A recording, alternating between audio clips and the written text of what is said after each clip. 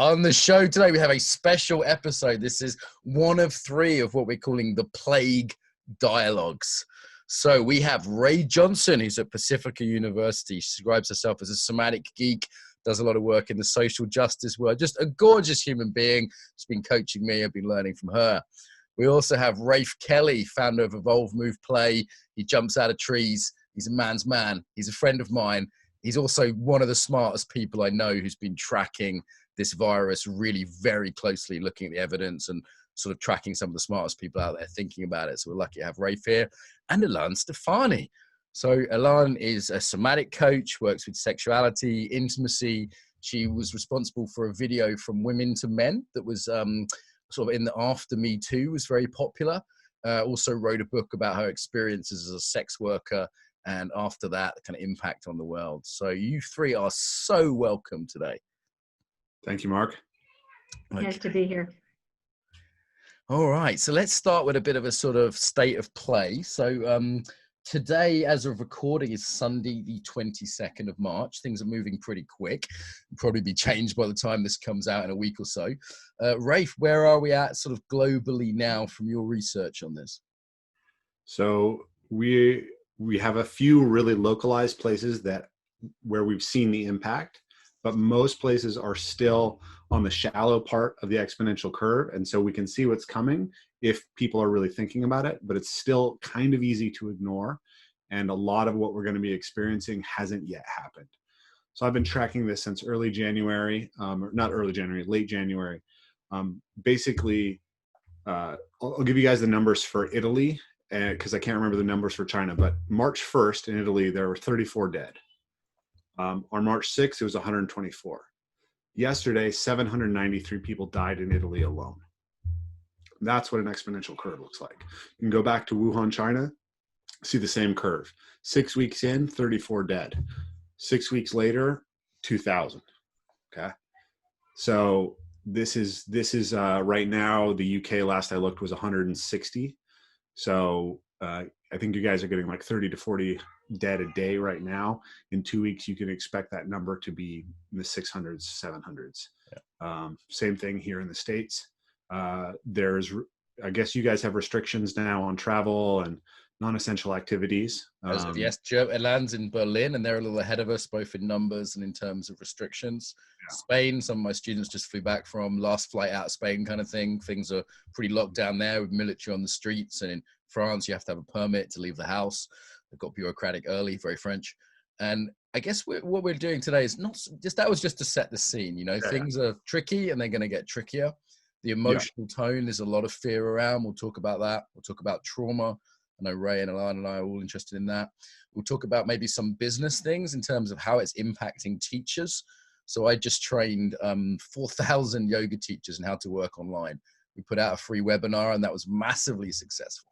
We've also set up these embodiment circles online for people to connect online, because there's going to be this need for connection that we're seeing. Loneliness, isolation, just lack of touch. You know, this is such a part of many of our work. And, you know, as a friend of mine in Denmark said, who runs a yoga studio, they just made touch and community illegal in Denmark. And that's what we do. Right. Yeah. So he had to go online and work that out in a week. So we talked about his journey was on the call. And so let's talk about some of the psychology here. We're not going to be giving any medical advice. We're not going to be saying anything which isn't sort of factually well established, like the stuff Rafe said. We're more looking at the inner side of it, how it might affect embodiment people, and maybe some angles that aren't so common in the newspapers because of our skill sets. Yeah, in some ways we can say nothing's changed. You know, we're always at risk of death and disease. And I've also seen two moves around community. One is the online community aspect, like the Embodiment Circles, people reaching out, but also local community. Like someone in the street gave me their phone number and said, hey, we've got a local WhatsApp group if we need to support each other. You know, my bag of shopping had broken. They went inside and got me a plastic bag and said, hey, there's this group you should know about. And I'm seeing this local community in that we evolved for millions of years with local community, but for the last sort of 40 or 50 years, human beings have been doing a weird experiment in not having it. And simultaneously, as you say, we live in a touch-deprived society, and all of a sudden, touch has been kind of outlawed. Like it might well become a taboo to touch. Like I was hosting this lunch at California before before I knew I may have had the coronavirus, and people were knocking elbows and bumping fists. And these are the huggy embodiment people around the dictator table. And it was just such a weird phenomenon to see people not touch. It's something that you say touches on something very interesting for me around, we have this instinct of, I want to survive. And we have this kind of behavior around greed and me first. And there is something underneath that I consider to be more true. And that is my instinct, my need for supporting you. Like, it touches me so deeply, giving you a WhatsApp number just because you might use it. You might need it. There is something where I think our kind of safety in unsafe times or in the face of death comes more from, can I be connected with you by supporting you, by listening to you, instead of, can you please fulfill my needs and I don't care about your ones. Very touching. More than what I see when I go out on the streets is that people are feeling less fear of what's coming and more relief of getting outside of their daily life. When I walk through the streets of my local neighborhood, people are smiling and chatting with each other. Kids are out riding their bikes and jumping their bikes, and people are really chatty. They want to talk to you. And it's as if basically people are so suppressed by the normal kind of work that is expected in our area, that even though the reason that they're being sent home from work is very dangerous, they're not experiencing that right now. What they're experiencing is, I actually got to have a conversation with my wife for an extended period of time. I actually got to spend some time playing with my kids. I got to walk my dog. And so actually what's happening is, it's like a party is what it feels like. Right. People, there's a way in which being closer to death makes people closer to life. And you know, I've seen this in war zones. I remember the horniest I'd ever been was on my way to Afghanistan. There's a way in which it kind of can bring life, and it can make people reach out, as you say, for community. And I also want to really highlight what Ray said, that, you know, we've had increased child suicide for a while. We've had increased drug addiction, the opioid crisis, you know, the Department of Loneliness in the UK. There's these sort of signs that society has been going wrong in some ways for a while. And now we have these two trends. So on the one hand, the levity or the pro-social behavior, like the person giving me the phone number, but we also have the, you know, mass buying of toilet roll, or the, you know, people who may have had trauma backgrounds. And particularly if people are already, say, close to the poverty line, I think it could feel threatening in another way. As the great philosopher Bruce Willis said, you know, kind of, welcome to the party, pal. You know, there's a way in which kind of like, there's a lot of people that have been living on that edge. I was in San Francisco. A lot of street people have been living a life and death reality for a long time. And now we're all a bit closer to that. So it's a hell of a thing to try and figure out. Yeah. Nice. Time to take a breath. Anyone listening to this, noticing if you're getting tight, getting anxious, getting stressed, shake that off. Shaking. Oh. There's a few other things to watch out for that I've seen as well. The sort of the appeal of the authoritarian, you know, like the whole world's been turned into a police state and we're all like sort of cheering it on. That's kind of interesting to me. All of a sudden people want clarity and direction because they're scared. So it's like, give us a clear direction. I think there's some risks in that too. I think part of what you're speaking to is that we've all found our own ways to cope with stress and distress. We've all got our, you know, to use the lingo, we've all got our own trauma patterns. And the way that I regulate my nervous system may not be the same way that you regulate your nervous system. And that when my ability to self-regulate is overwhelmed, I may attempt to self-regulate by imposing restrictions or conditions on you because I need you to help me co-regulate because my capacity to self-regulate is overwhelmed. And so that's part of what I'm starting to see is that particularly between people whose sort of go-to strategies in a pinch are not the same, is that there can be conflict arising from that. would you please stop doing blah, blah, blah? Yeah. But I have to do blah, blah, blah. It's how I'm staying sane. But how you're staying sane is driving me crazy. So I think this is a compassion increasing question, isn't it? Like, is what I'm seeing an attempt at self-regulation? So let's take the famous toilet roll buying. Now, people were very scathing of this, in quite a classist way, I would find. And then I kind of pointed out, like, hey, like if people are used to buying things to make them happy, and they're just doing what they know in an attempt to feel safe, and what could be more soothing than the soft paper you wipe your ass with? These people are literally shitting themselves, and maybe that's because they know what poverty's like more than you do. And actually, maybe I could have some compassion for that as an attempt to feel better, an attempt to gain control when feeling out of control, even if it might look silly from the outside. Yeah. I remember having that thought as I was standing in line at the grocery store, and the person in front of me had their cart absolutely overflowing with stuff. And I had a couple of items that were sort of essentials that I'd run out of. And I remember my first impulse was to judge them. Mm-hmm. Oh my goodness, what are you doing? Why are you hoarding? Don't you know that we're creating this problem of access to resources ourselves by engaging in this? And then two little kids ran up to the cart. I went, oh, she's got kids.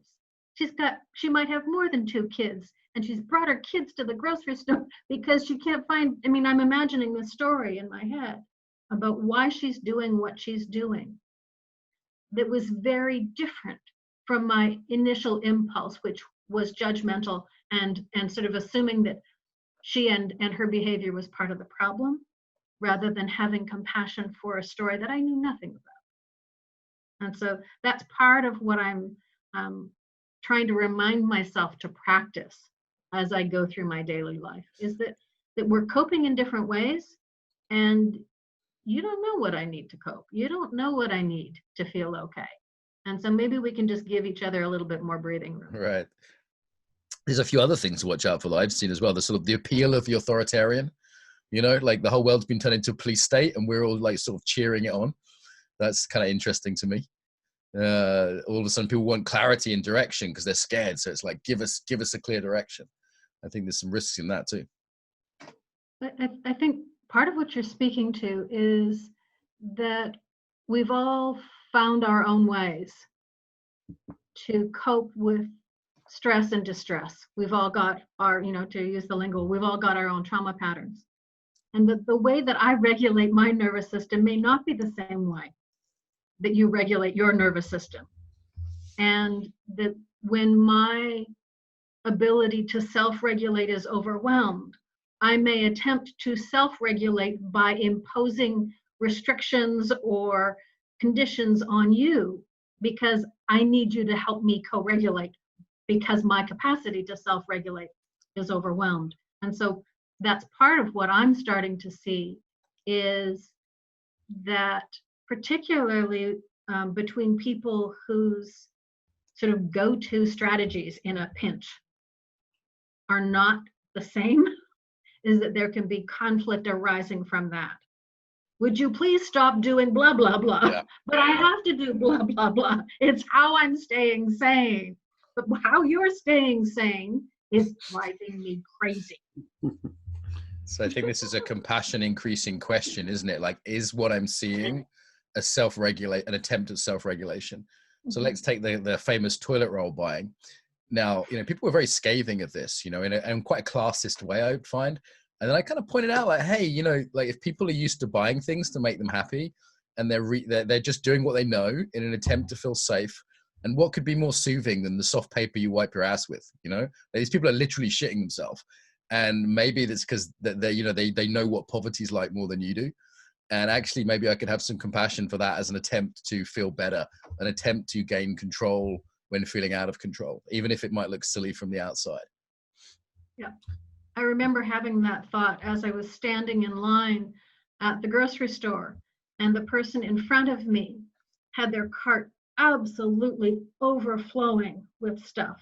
And I had a couple of items that were sort of essentials that I'd run out of.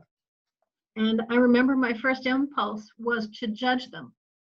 Oh my goodness, what are you doing? Why are you hoarding? Don't you know that that we're creating this problem of access to resources ourselves by engaging in this?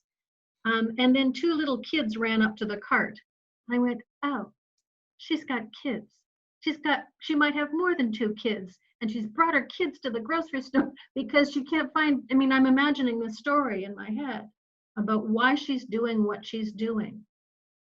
That was very different from my initial impulse, which was judgmental and sort of assuming that she and her behavior was part of the problem, rather than having compassion for a story that I knew nothing about. And so that's part of what I'm trying to remind myself to practice as I go through my daily life, is that we're coping in different ways, and you don't know what I need to cope. You don't know what I need to feel okay. And so maybe we can just give each other a little bit more breathing room. Right.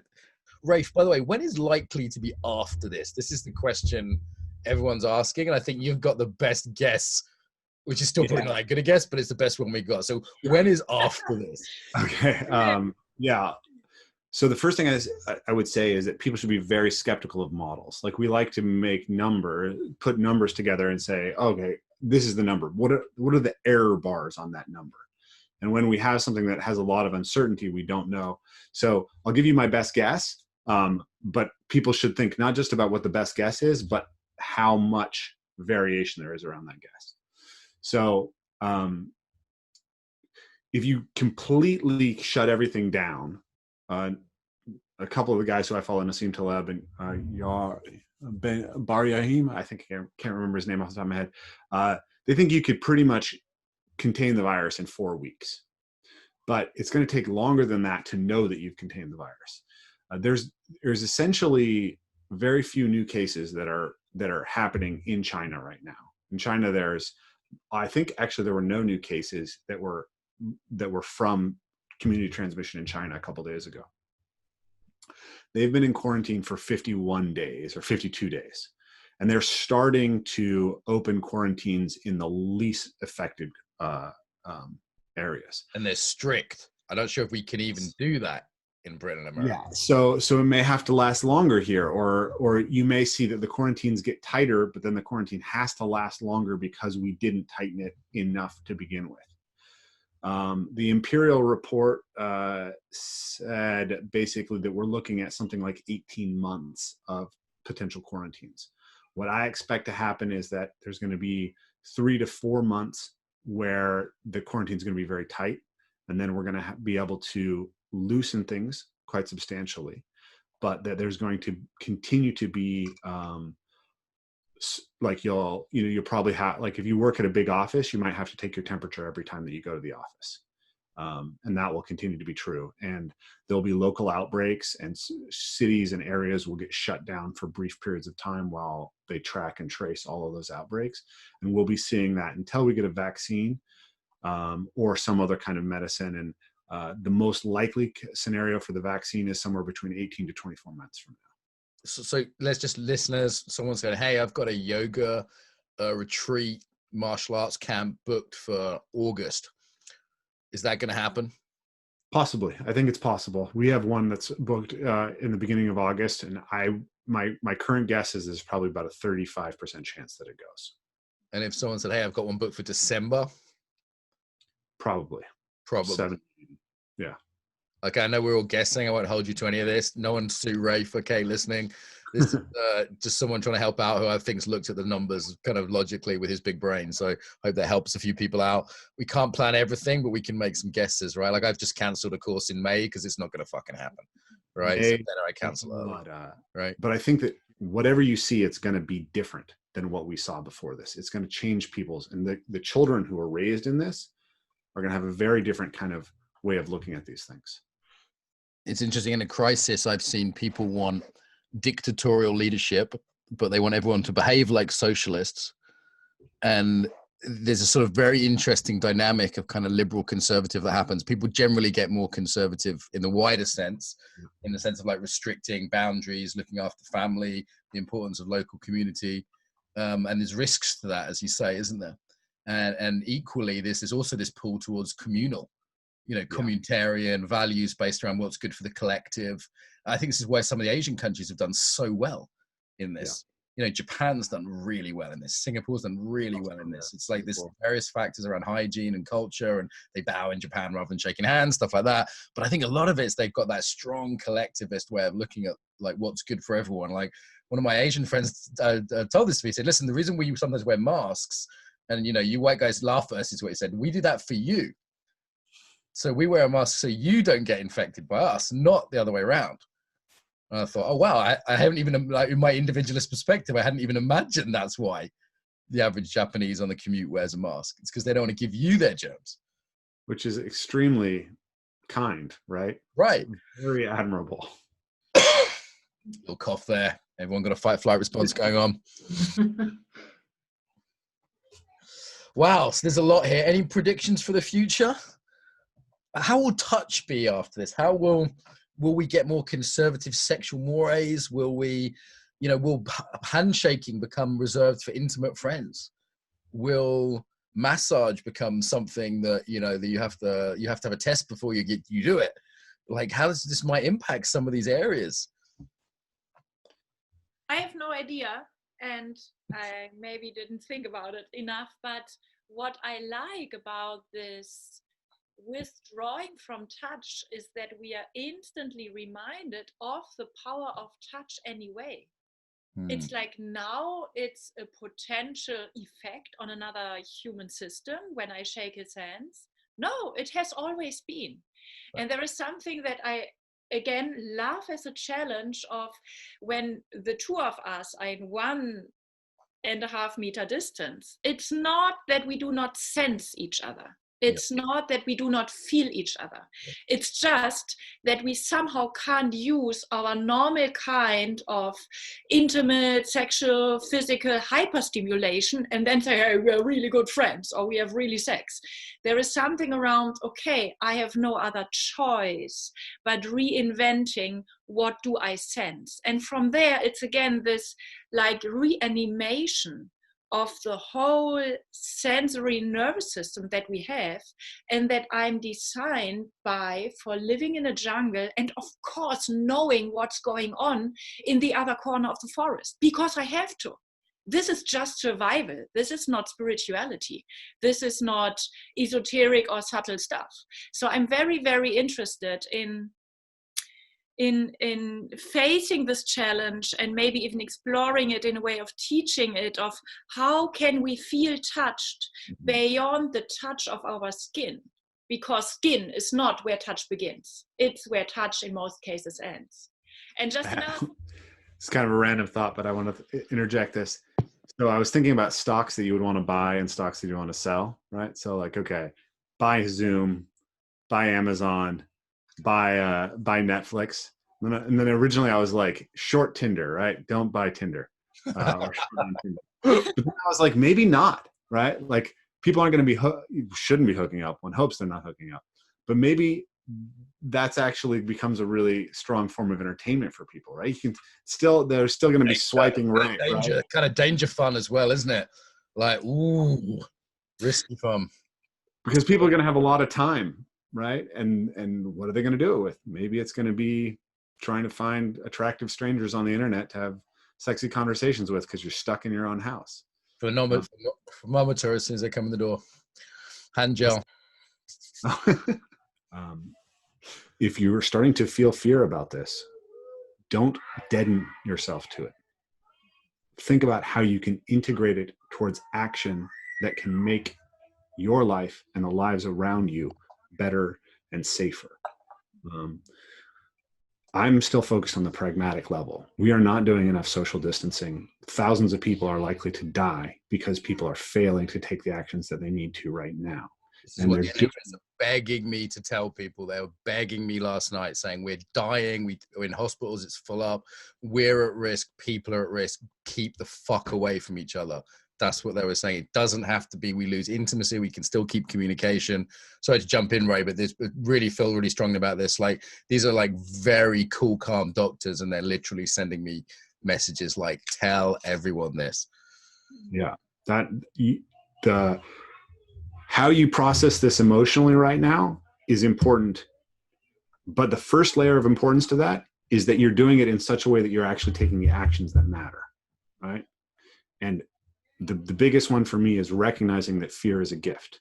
This is something that I think that the parkour practice has helped teach me, because if I wasn't afraid, I would be dead. So we need to recognize the power of this. Martial arts is the same thing, right? If you fight for real, you better be afraid a little bit. But if you're too afraid, you do things that don't work and that make you in more danger. And a lot of times the reason you're too afraid is because you didn't listen to the signal of fear early enough. You stuffed it down, right? Become afraid of the bad man when he walks in the room, not when he's next to you with a knife pressed to you. And become afraid of this virus in January if you could, but if not, now. Harness your fear. Harness and work with it. Yeah. Okay, so a few things we've put out there. So we've put out this how to move your work online. That's been incredibly popular. We've made it completely free, no email sign up or anything. That's on the internet. It's embodiedfacilitator.com resources-for-embodiment. Or if you just find my social media, you'll get it. If you get my newsletter, you'll get sent a copy. Reach out to me if you can't find it. It might be a little bit hard to Google. And we've got experiences from yoga teachers, dance teachers, Daniela's top Zoom tips from the Zoom mistress, different workshops we've done on leadership, yoga teachers talking about being on camera and how they move to online, web designers talking about all the systems you can get. So that's super useful if you just got that practical challenge right now. I've done a bunch of videos for people. So there's a video meditation if you've got the coronavirus, a meditation specifically designed to alleviate a little bit of the suffering of people that have that virus, which is quite creative. Some stuff on leadership we've put on the YouTube channel. If you go to the Embodiment channel on YouTube, centering, working with the fear response, resilience, kind of stuff around how to be more resilient, kind of techniques that can help as well as normal medical advice. So that is out there. We also have the Embodiment Circles. These are free to all. There's 80 of them a week. And they're in 17 languages. So if you want to get online and connect with other people, it's gentle movement, gentle meditation, and nice sharing. Really just like a positive online environment if you want to get away from the negativity, social media, looking at too many news articles. Just go online for an hour. And if you go to embodimentcircle.com, and then there's an online thing you can look at there, and it shows you the whole schedule. There's like what is that, like 8 a day or something? So plenty of opportunity to connect. In terms of other resources out there, Rebel Wisdom is a YouTube channel that's putting a lot of really high quality. If you like the kind of stuff Rafe's talking about, they're putting out some very kind of high quality information about this. And obviously there's all the normal public health websites. Has anyone else got resources or things they think would be useful for people right now? If people are looking to find ways to train on their own outdoors, we've got all our programs discounted right now, so people can check that out. I have a article on my website for people in the movement community on how to deal with coronavirus, how to understand it. That needs to be updated, but we're going to try to update and keep resources there for people to stay up to date with what's going on. Exactly. Yeah. And Ilan, anything you want to point people to?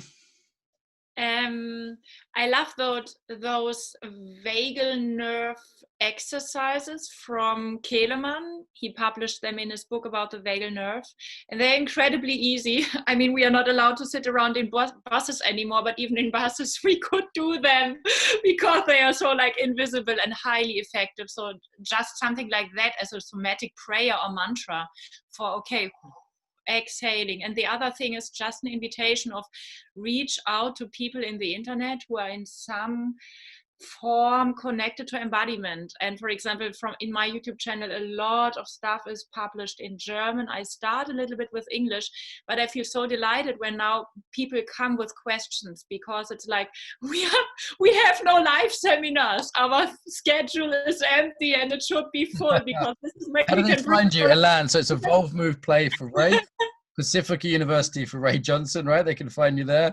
And where do they find you, Ilan? Ilan Stephani on YouTube or kaliskiss.com or Facebook. K-A-L-I, yeah. K-A-L-I. Cool. Okay. Well, all these people will be at the Embodiment Conference. We may well hear them on other dialogues. And this has been, despite the real seriousness of the topic, an absolute delight. to host a dialogue between, you know, the four of us like this. So genuinely, guys, thank you so much. This has been a very rich evening for me. So really appreciate your time. Stay well.